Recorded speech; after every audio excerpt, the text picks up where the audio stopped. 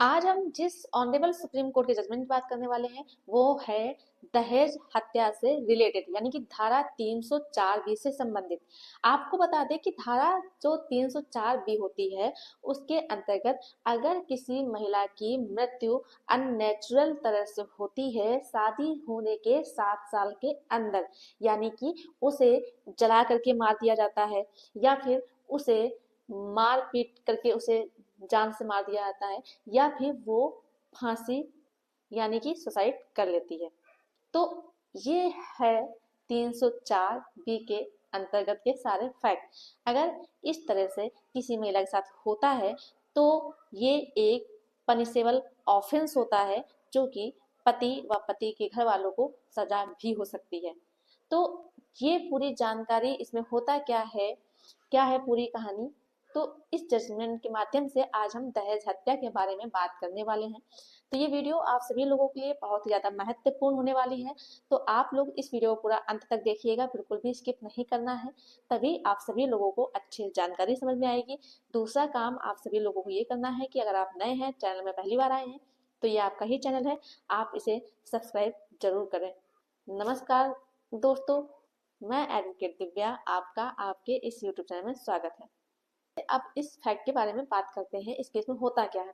इसमें एक महिला की मृत्यु हो जाती है शादी के 7 साल के अंदर, और फिर इसके बाद होता यह है कि उस महिला की माँ यानी कि उसकी मम्मी वो कंप्लेन करती है पति के अगेंस्ट में और पति के घर वालों के अगेंस्ट में। वो ये बोलती है कि मेरी बेटी को इसकी मृत्यु होने के पहले उसके ससुराल वाले दहेज को लेकर के बहुत ज्यादा परेशान करते थे।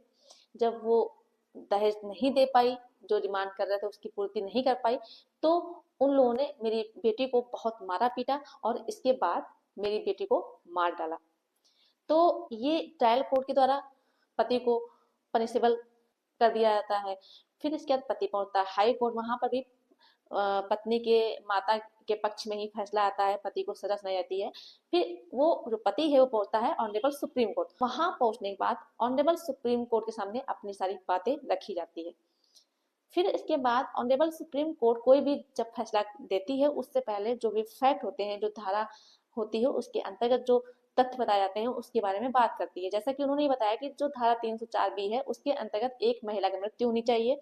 दूसरी चीज बताई कि उसकी मृत्यु उसके ससुराल वालों के द्वारा 7 साल के अंदर उसे या तो मार पीट करके मारा गया है या उसको जला करके मारा गया है या फिर उसने खुद सुसाइड यानी कि आत्महत्या कर ली है। तो इस तरह से अगर मृत्यु होती है 7 साल के अंदर तो ये दहेज हत्या के अंतर्गत आता है। लेकिन ऑनरेबल कोर्ट ने सारे एविडेंस देखते हुए उन्होंने ये देखा कि जो पुलिस के द्वारा 3 बार बयान माता जी के लिए गए थे उसमें हर बयान में अलग अलग बात कही गई थी। मानते हैं कि कुछ ऊपर नीचे हो सकता है, लेकिन पूरी पूरी बात अलग अलग नहीं हो सकती है। दूसरी बात, भाई से भी बयान लिया गया था, तो उसकी जो उसने अपनी बात रखी थी वो भी मैच नहीं कर रही थी।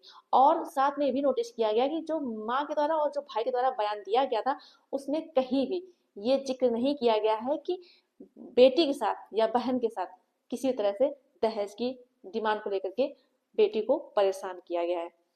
तो इस तरह से ऑनरेबल सुप्रीम कोर्ट ने ये सारी चीजें नोटिस की, और फिर इसके बाद कोर्ट में आकर के जब उसकी माँ और भाई ने ये बात कही कि मेरी बेटी को परेशान किया गया था, मरने से पहले उससे बहुत ही ज्यादा प्रताड़ित किया गया है, तो ऑनरेबल कोर्ट ने कहा कि देखिए आपने जो बयान दिया है हर बयान में आपने अलग अलग बात कही है, और अब आप जो बात बोल रही हैं तो ऐसा लग रहा है कि आप अच्छे से पढ़ करके आई हैं और ये बात कह रही हैं।